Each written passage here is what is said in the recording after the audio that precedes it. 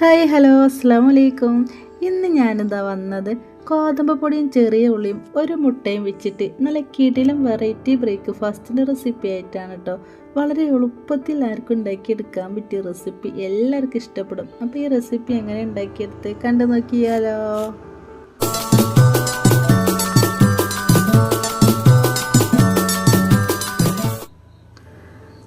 അപ്പോൾ അതാ ഗോതമ്പ് പൊടിയും ചുവന്നുള്ളിയും ഒരു മുട്ടയും വെച്ചിട്ടുള്ള ഈ ഒരു കിടിലം ബ്രേക്ക്ഫാസ്റ്റ് റെസിപ്പി ഉണ്ടാക്കിയെടുക്കാൻ വേണ്ടിയിട്ട് ഞാനിതാ 2 ഗ്ലാസ് ഗോതമ്പ് പൊടിയുടെ എടുത്തത്. വളരെ എളുപ്പത്തിൽ ആർക്കും ഉണ്ടാക്കിയെടുക്കാൻ പറ്റിയ റെസിപ്പി, എല്ലാവരും ഉണ്ടാക്കി നോക്കണേ. ഇങ്ങനെ ഉണ്ടാക്കിയെടുക്കാൻ നമുക്ക് കറിൻ്റെ ഒന്നും ആവശ്യമില്ല കേട്ടോ, ഈ റെസിപ്പി മാത്രം മതി. ഇനി ഞാൻ ഇതിലേക്കൊരു 8-10 ചുവന്നുള്ളി ഇതുപോലെ തൊലിയൊക്കെ ഒഴിവാക്കിയതിന് ശേഷം ചെറുതാക്കി അരിഞ്ഞിട്ട് അങ്ങോട്ട് മാറ്റി വെക്കുന്നുണ്ട്. ഇതിലേക്ക് ആവശ്യത്തിനുള്ള ഉപ്പും കൂടി ഞാൻ ഇതിൻ്റെ കൂടെ തന്നെ ഇട്ട് കൊടുത്തിട്ട് ഒന്നങ്ങോട്ട് മിക്സ് ചെയ്ത് കൊടുക്കുന്നുണ്ട്. പിന്നെ വേണ്ടിയത് ഒരൊറ്റ മുട്ട കേട്ടോ, അതും കൂടി ഞാനിതാ ഇതിലേക്ക് ഉടച്ചിട്ട് ഒഴിച്ച് കൊടുക്കുന്നുണ്ട്. ഇങ്ങോട്ട് ഇതുപോലെ നന്നായിട്ട് അങ്ങോട്ട് മിക്സ് ചെയ്ത് കൊടുക്കുകയാണ്.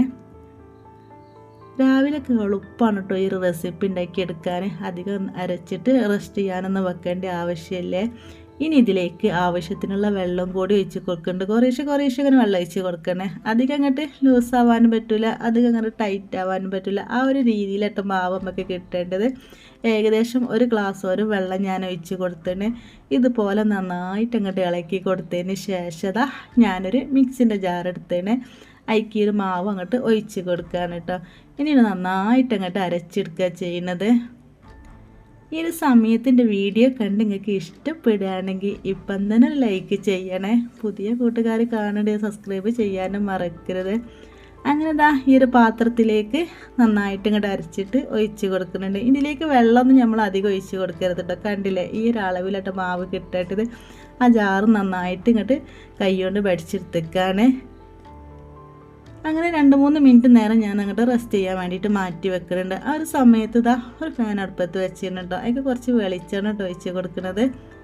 പിന്നെ ചൂടായതിന് ശേഷം കുറച്ച് കടുകും കൂടി ഇട്ട് കൊടുക്കുന്നുണ്ട്.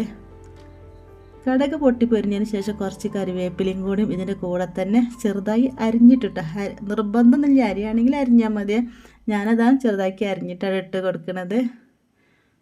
പിന്നെ നേരത്തെ അരിഞ്ഞ് വെച്ചിഞ്ഞ ഒരു ചെറിയ ഉള്ളി ഉണ്ടല്ലോ, അതും കൂടി ഇതിലേക്ക് ഈ ഒരു സമയത്ത് ഇട്ട് കൊടുക്കുന്നുണ്ട്. ഇങ്ങോട്ട് ചെറിയ തീയിൽ വെച്ചിട്ട് ഇങ്ങനെ മൂപ്പിച്ചെടുക്കട്ടെ ചെയ്യുന്നത്. എളുപ്പമായിട്ട് ഉണ്ടാക്കിയെടുക്കാൻ. ഇനി വൈകുന്നേരം ചപ്പാത്തിക്ക് പകരമൊക്കെ ആയിട്ട് ഉണ്ടാക്കിയെടുക്കാൻ പറ്റുക. ചപ്പാത്തിയൊക്കെ അധികം ഇഷ്ടമല്ലാത്തതൊക്കെ ഉണ്ടാവുമല്ലോ, മക്കൾ വരെ കഴിക്കട്ടെ ഇങ്ങനെ ഉണ്ടാക്കിയെടുക്കുകയാണെങ്കിൽ. അങ്ങനെ ഈ ഒരു ചെറിയ ഉള്ളി ഇതുപോലെ നന്നായിട്ട് അങ്ങോട്ട് കളറ് മാറുന്ന വരെ ഒന്നങ്ങോട്ട് ഇളക്കി കൊടുക്കുക കേട്ടോ.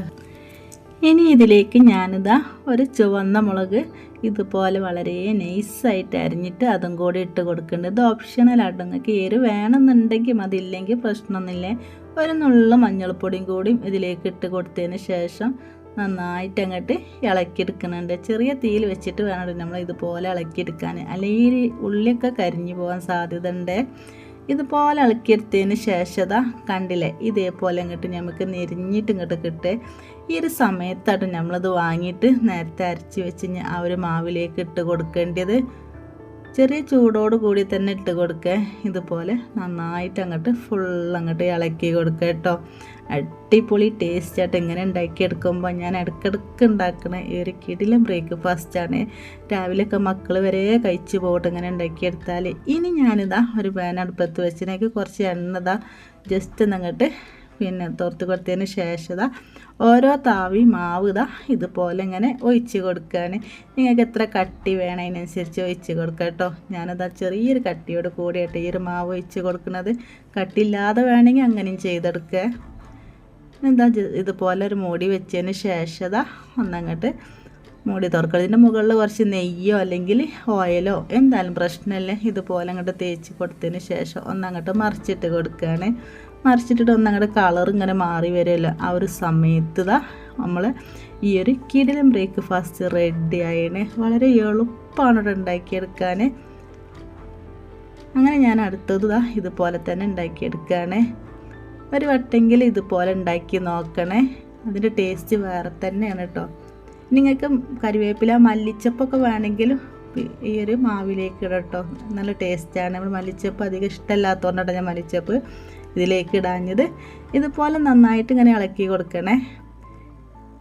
ഇങ്ങനെ നെയ്യ് ഇതുപോലെ തന്നെ പ്രസ് ചെയ്ത് കൊടുത്തതിന് ശേഷം ഞാൻ ഒന്നങ്ങോട്ട് മറിച്ചിട്ട് കൊടുക്കുകയാണ്. അടിപൊളി ടേസ്റ്റുള്ള ഈ ഒരു ബ്രേക്ക്ഫാസ്റ്റ് എല്ലാവർക്കും ഇഷ്ടപ്പെടും കേട്ടോ.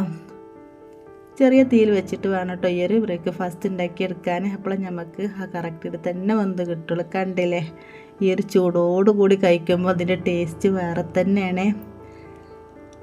അങ്ങനെ നമ്മളെ ഈ ഒരു ബ്രേക്ക്ഫാസ്റ്റ് റെഡി ആയിന്. എല്ലാവർക്കും ഇഷ്ടപ്പെട്ടിട്ടുണ്ടാവുമെന്ന് വിചാരിക്കുകയാണ്.